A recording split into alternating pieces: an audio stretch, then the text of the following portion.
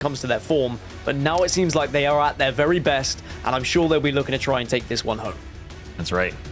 Can they do it is the question. It all comes down to this. Game number 6 as the dropship flies across World's Edge. Will Gaiman stay on top? Will Alliance win in their debut? Let's find out. Let's jump right into the action. Game number 6 on set. Gaskin, bring the energy, boys. Oh, I can feel the one more game chance from Champs Dan all of a sudden kind of going through my head. I remember those moments, and that's where we find ourselves today. Unfortunately, not in the arenas that we were, but we're back online, and we have one more game left in front of us. Now, this is a massive game for a number of reasons. Like John outlined, we've got Ascend, who are struggling a little bit. They were kind of the team to look at last week. Can they have a big last game to catapult themselves up? You've got Alliance with a new pickup who are looking to maybe steal away that first place from the team who is on top and has returned to form. That is Gaming Gladiators. And look at that zone, Dan. You've been desperate for it. And all of a sudden, there you go. You get your wish. Finally, we have a Southeast zone. At one point, it was a 0% Southeast zones across every single region in Apex Legends, but no, we've got one. It is going to be existing. Ember are going to be thanking their lucky stars, as well as Heroes, and of course, we're going to see several other squads that are kind of in the vicinity, and those who also have beacons to work with as well. Our previous winners are going to have the opportunity to have a short rotation here. Are they going to have as much success when they don't have to move as far, do Corpa? They're kind of dropping down at launch site and tree at the moment, but have a beacon to get that info. They've already got it, as you can see on your screen. So it's going to be a completely different game for them, but maybe a blessing in disguise. Yeah, a little bit, like you say, a little bit of a blessing in disguise. It looks like that fight that was going down over at launch site has been put to bed, so to speak. I don't think it really worked out for anyone, to be honest with you, with the third party in and everything that did go down. You can see the corporate at the moment seem to have complete control of it for now, and they look a lot more comfortable on their loop path. So they're going to be having a quick rotate towards that zone if they wish to as well. But one team who I know like these kind of zones is Alliance, because they can kind of work their way right across the southern side of World's Edge. They've got that natural geometry of the edge of the map to kind of cover their backs. They can just look in front of them, isolate those fights, and that's going to look good for them. But at the same time, you could say that for GG, right? Another team that we're looking at. They're at Lava Siphon. They've barely got any room to go. My question is, are they going to play on top of Lava Siphon, try and catch a lot of teams rotating in for some KP and make a late move, or will they look for an early rotation? All these questions, of course, we'll find the answer to very soon. Well, I mean, you can look at the difference between IG and GG. They both land very close to each other. They've been kind of sharing a little bit of Lava Siphon. IG have already made their way to almost launch site. They moved so quickly. GG are moving a little bit later, but also are rotating into this zone. And we're going to be seeing a lot of squads who are going to make their way in and try and place themselves up. The biggest difference between GG and IG is IG did not get beacon information, so they don't necessarily know it's going to pull as heavily down towards Dome as GG might, and that could really mess up IG's rotation. It's gonna be interesting to see how that does play, of course. And the beacon is so vital for teams to get that info, like you say, on where they want to try and play the game from for the majority of it. EKO Esports making their way a long way, should we say, starting a long journey for them through Epicenter towards where that zone may be. They're going to have a lot of time to play with. A nice little purple bag falling out of the drone, which is always a nice thing to see. Oh, they did get beacon information. Okay, that's good. There you go. That's great for IG, because that means they can move to the southern side of this map and they can take the high ground, and they are going to try and dip all the way around Dome here and take one of the better spots, because not only are you going to have so much vision in the late game, but you avoid a lot of fights because most people will be coming from the northern side of the circle rather than this south side. Again, much like I was talking about with Alliance, getting in that position early is great for them. They don't have to worry about teams rotating behind them because they have the natural cover of the map itself, the map edge, to take care of that for them. So they only have to look in front of themselves. They only have to worry about the teams who rotate in. And when it starts to get a bit busy, there's going to be some free shots to be taken. But look how quickly teams are rotating down. We've got the benefit of the map overhead. And pretty much everyone is trying to squeeze their way in towards Dome and Lava City at the moment. It looks like GG's position is actually inside of that vault tunnel, so they're kind of between the two, which is a great position maybe to pick off some teams who rotate out late when everyone has to leave and that zone does some damage. But it also means they're going to have a tough transition. Na'Vi also in a little bit of a scuffle here.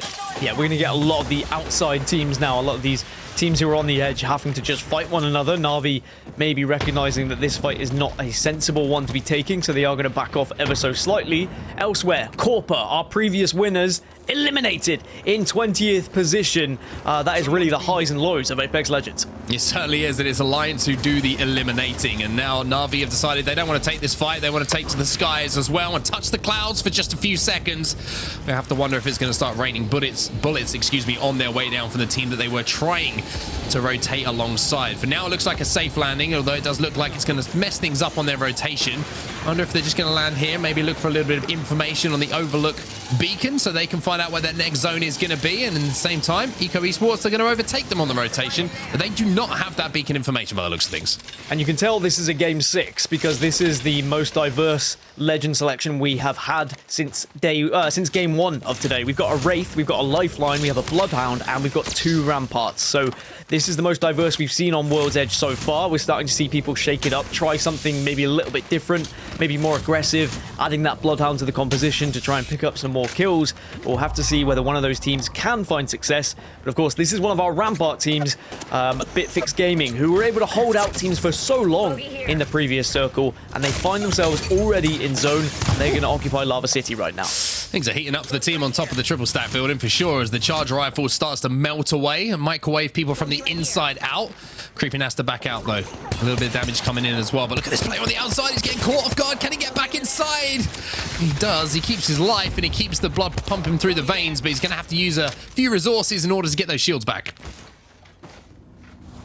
Should be able to stabilize, should be able to just kind of sit here for quite some time now, Bitfix Gaming, even though they're going to be popping shots off at teams that are nearby. It's just warning shots, really.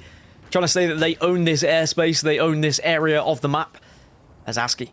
Perhaps a rat? Usually when we get a camera like this, it's most likely a rat. Yeah.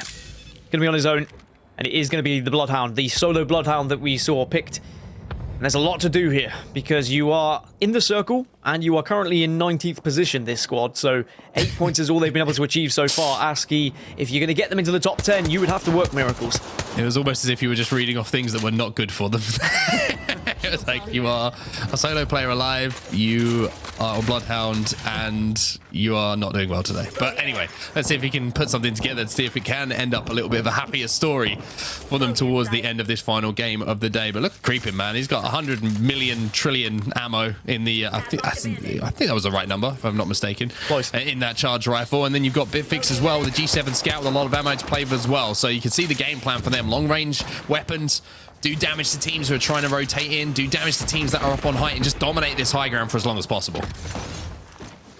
And now, if I count correctly, aside from 4 teams... It was 100 million, billion, trillion, Dan. I counted That is also, correctly. yeah, that's definitely... I'm glad you've double-checked that one, because it's a difficult number. But the 4 teams are currently outside of the circle. Everyone else has been able to just about get in. And there's a few teams who are borderline on the edge, and are just going to be waiting. Phoenix Legacy is one of them.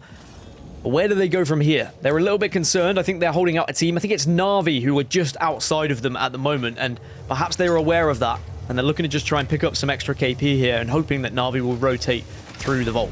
Yeah, I think Na'Vi, it's a great example here of Phoenix Legacy. They're making their rotation through the vault, of course, themselves, and maybe looking to make a little bit of a different move, because Na'Vi, we saw how they were slowed down the rotation by just a few moments, right? That means they had to change their plan. They went to Overlook to hit the beacon, but now teams have overtaken them. Now teams are holding them out, and that's what we talk about when we're talking about, you know, what the work the analysts do, the microseconds that can change how your game plan has to kind of move and kind of be very fluid just because of a couple of bullets that get struck into you. So Na'Vi having to be very quick to adapt in the way they want to approach this game number 6 for now, and it's looking like a much more difficult game because of that. Also very funny, you guys at home wouldn't have seen it, but I have the map overhead. As soon as Phoenix Legacy left Vault, Na'Vi arrived, and they just passed each other's like ships in the night. No idea that one another was there. Maybe they'll meet a little bit later on, but Phoenix Legacy avoiding that fight. Remember, they're 20th position at the moment, so they need a huge game if they're going to try and put themselves into any contention of trying to get into the top half of that leaderboards. As for the other teams who are rotating in late, there is plenty of space to play on the edge of the current circle, Mark, but because everyone's gone so deep into the likes of Dome, into the likes of Lava City, as soon as that next circle comes through, as soon as round 4 starts to close down, there is going to be no room for these teams who are going to be on the edge of these circles. Well, look at just who got eliminated, though. That's going to be Pioneers out. Their day is over here. So After these two groups met the first time, it was Pioneers, of course, who took home that first place finish. I saw a little tweet coming in from Nasky as well saying we're playing some amazing Apex Legends today. Just a few things not going our way. But, I mean, you look at the final placements after all, it's been a solid day for Pioneers, but not that game-winning performance we saw when those two groups met up before.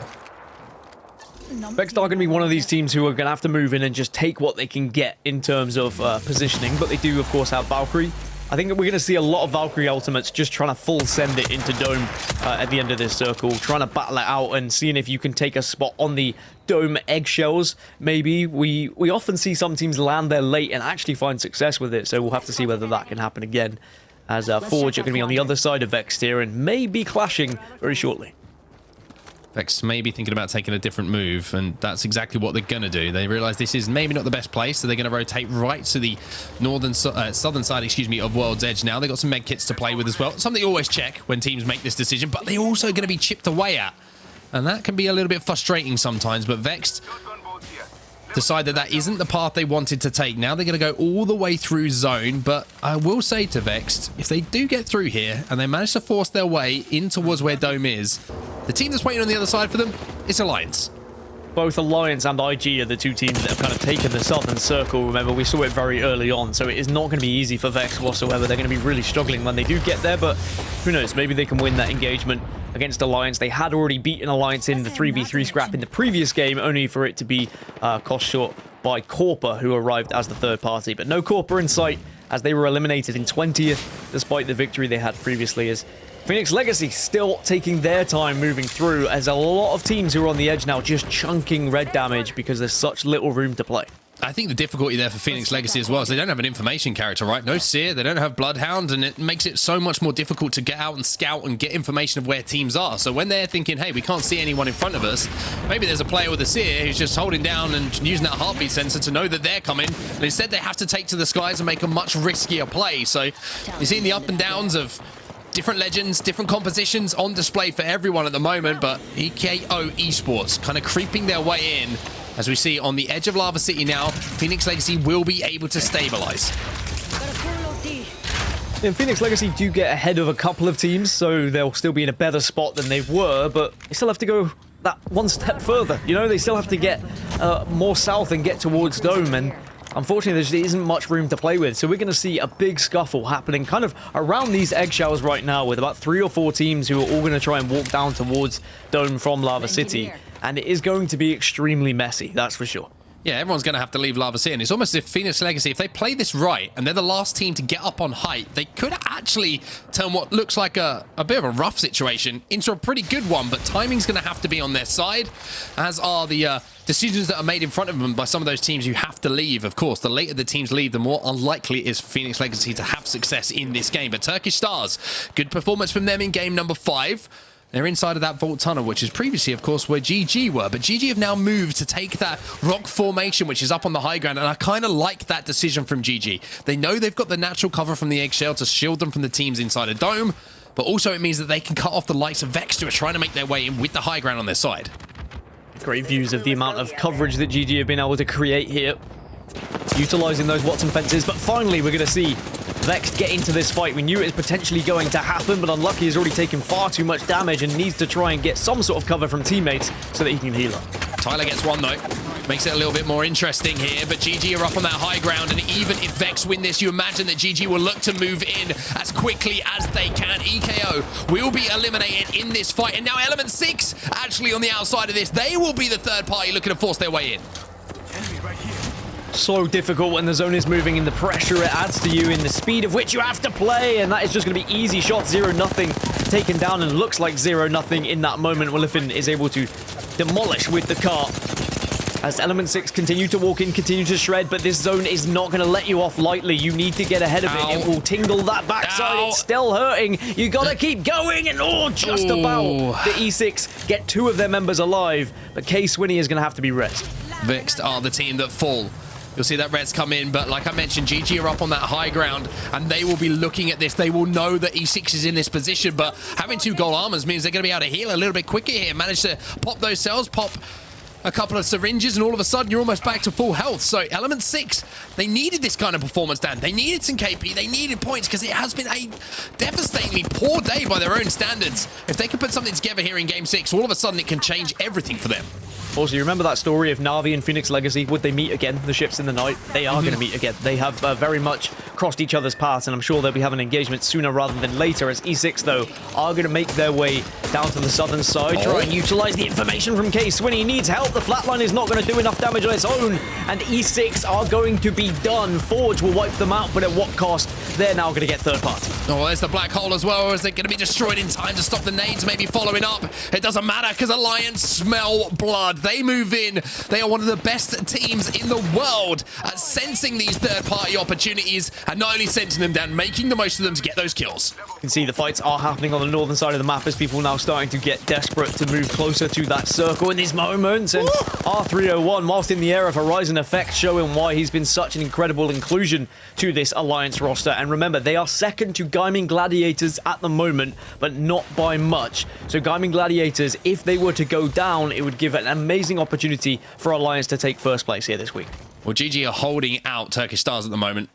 LFO forever. They're eliminated in the meantime, thanks to Rugby from Na'Vi. So Na'Vi once again getting a couple of points on the board here. Gaming Gladiators know that they have to lead. There's no other option for the team inside of this Vault Tunnel than to have to take this 3v3, and with Deki, Artico and Leogri just staring at you, they're hoping that someone else can get involved. Na'Vi eliminated in the meantime. So Na'Vi go from good to not good very, very quickly. Yeah, very quickly indeed, and I think one member of Phoenix Legacy was actually able to survive, and they'll be moving in. They'll be the team that actually survives that eventual story, but Gaming Gladiators now should be able to hold out this team comfortably. You've just got to do it at full health. You can't afford to go down. As I say that, two have fallen, maybe not. Yeah, two have fallen. Now it's all down to Leogri. Leogri will get the kills, but can he get into zone? That's the question. That delayed push from Turkish Stars probably frustrating Gaming Gladiators a little bit, because they're thinking, hey, we know you've got to move. You've got the zone closing behind you. Why are you waiting so late? And that's thrown their game in the bin a little bit, but they did get some KP off the back of it. So Gaming Gladiators down, Hackers now. The IGL needs to become Superman, and he can't do it either. And it's IG! IG in the final moments, who win a massive battle. IG now with the chance to get first place this week, with GG going out and with Alliance falling. Suddenly IG, it all opens up for them to take first place, but they just have to make sure they have a solid game here. I estimate they need about 4 or 5 more points if they want to be first. So that could come through kills, or that could just purely come through placement if they can get into the top 3. As Phoenix Legacy still alive, G-Dolphin and the Rampart still doing damage. The way they've been able to still get in this zone is insane. They had to fight off several teams, including Na'Vi, who they eventually took the fight with, traverse the land south, but now they've got to go that one step further. It seems like no matter how far they go across this map, this circle keeps pulling away from them. We should maneuver to that. I mentioned how Phoenix Legacy might have a little bit of luck go on their side with the way that that zone pulled. And they could kind of clean up the mess of everybody leaving Lava City towards Dom. This is elicited now, though, with IG, because they are inside of one of the best buildings, but they've got to move in around 20 seconds' time. Let's see what the moves are. Grace, I'm coming to you, Grace. Yeah. I got it. Can I play height here? We're going to take control of roof late, okay? I don't have EMP, but I do have gold helm. It's top 5, guys. One. Yeah, 2 you're players right. dead. Yeah, it's one rat. You're right. It's every team is full. Oh. Are we sharing? Is there a team on the other side of this building? If not, we have a 3v3 against this team inside. Yeah, there's a team inside. Okay, we prioritize the roof. They're Prioritize nading. the roof, I think. Yeah. Is the roof good? I can't see him right now. They're nading here. Yeah. The rat's still here on the left. Look at this rat. KP on the rat. Are we KP on the going left rat. or what? Are we going here? On the roof. We're placing. Yes, take yeah, roof. I'm on the roof. Rinse Right out here on on me. me. Yep.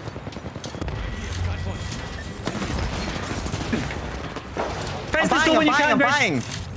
Yeah, they might double kick this. Fence this door. I fenced Nice. it. I fenced it. I placed a gen. Yeah, I'm climbing up. Play backside of roof. We're chilling for now. The EMP. They're gonna send us. maybe. Yep. I'm nading. Slow them down. I fenced. I got it going. Hold. Yeah, I hear you. Come up. I'm holding Yeah, you. Let me come know up, when I come can heal. You can heal now. You can heal. Yeah. I have EMP. I want to. Where's you the gotta other watch squad? out. Where's the other squad? Where I is don't the know. other squad? I Where's actually the don't know. fourth squad? Here! It's 2 teams out here. We should take this 3v3, okay? You guys Okay, ready? wait, they're split, there's fuck. You have 20 seconds. I'm gonna EMP them. Be ready. I'm EMP Yes, them I'm now. ready. I'm swinging with Jay. Okay, I'm peeking inside. One's in this room, Jay. I'm nading him. Push inside. Wait, swing inside. You ready? Back, 3, back, 2, back. 1. Swing inside. I'm batting, all you guys. One dead. Play your left cam. I'm here. Nice, Just I'm crypto. batting. I'm dead. Cracked him. Give me shield. Yeah. Shield. He's dead, he's Nice. dead. Res Grace. I'm resting. Yeah, I just fence first. Res me. Nice. I have gold. I'm gonna res. Yes, I have gold as well. You just armor swap. Yeah, okay, I hear you. No, I'm gonna sell. We're fine. Get me. Yeah. Well, back into the game. What a push that is coming in from IG, Dan. A massive decision, and they win the 3v3 inside the building. And as I said, that takes them into second place, and now they've got to chase Gaming Gladiators. But Gaming Gladiators had kills in this game, so it is not going to be easy. They would need a victory plus these kills that you can see on your screen if they're going to have a chance for first place. So still all to do from IG, but what a listening that was. The intensity was there from the squad, screaming at each other, and I love the decision to take the straight 3v3. Well, surely this is IG's game. You can see the Gamer Drones and Phoenix Legacy, they're right next to each other. They're going to be damaging each other. They're going to cause all sorts of problems, and Phoenix Legacy know that they've got to take this fight, and that surely just opens the door here for IG. IMP is going to do a huge amount of damage, but so is the zone now. Phoenix Legacy causing all sorts of problems, but here comes Invictus, picking their moment to strike, and once again, it's the perfect moment. Invictus International close out the day's action with a huge win here on World's Edge. It's a massive game. I'm not sure it's quite going to be enough to topple Gaming Gladiators at the top. I think they were off by about 2 or 3 kills, but